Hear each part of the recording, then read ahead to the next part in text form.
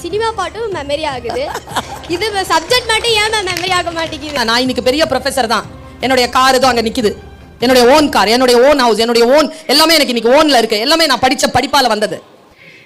ஆனா ஒரு சினிமா பாட்டு மனப்பாடம் பண்ணி ஒன்றும் சம்பாதிச்சதில்லை. நான் எந்த பாட்டை மனப்பாடம் பண்றேனோ அந்த படம் எடுத்தவன் தான் அதை சம்பாதிப்பான். அவன் சம்பாதிக்கணுமா நான் சம்பாதிக்கணும்னு நான் தான் முடிவு பண்றேன். என்னுடைய மாச சம்பளம் யூஜிசி ஸ்கேல் 1,65,000 மட்டும் கையில வரும் மாசத்துக்கு.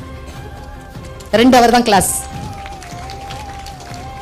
12 CL, 15 ML, 20 EL, private affairs, அப்புறமா செமஸ்டர் ஹாலிடேஸ்லாம் பார்த்தோம்னா ரொம்ப குறைஞ்ச நாள் தான் வேலை. எது சினிமா பாட்டு மனப்பாடம் பண்ணி கிடைச்ச வேலை இல்லை, பாட மனப்பாடம் பண்ணி கிடைச்ச வேலை. இப்போ நான் அனுமதிக்கிறேன், நீ இப்போ சில விஷயங்களுக்கு நோ சொல்லு. புரியுதா? நான் என் வாழ்க்கையில் இப்படித்தான் இருக்க வேண்டும் என்று நான் முடிவு செய்கின்ற பொழுது என் மனதை நான் நிறுத்துகிறேன். ஆர்வம் எங்கே போகிறதோ அந்த ஆர்வத்தை கட்டுப்படுத்து குழந்தைய. நான் வந்து ரிலாக்ஸ் ஆகி ஒரு சில விஷயங்கள்ல என்ன அப்படியே தண்ணி மாதிரி இதை இந்த பாட்டில் இப்படி கீழே கொட்டிட்டேன்னு வச்சுக்கோங்க, ஃபுல் பாட்டில் அது பாட்டுக்கு ஓடிடும். அப்படி நிறுத்தணும் பாட்டில், மனசு அப்படி நிறுத்தணும். படிக்கும்போது அப்படி நிறுத்தணும். நான் ஒன்று சொல்றேன், இந்த உலகத்திலேயே ஒரே ஒருத்தர் தான்ப்பா நம்மளை காப்பாற்ற முடியும், அது நாம மட்டும்தான். நான் சொல்றதெல்லாம் கூட கரைஞ்சு போயிடும், உன்னை நீ தான் காப்பாத்திக்கணும்.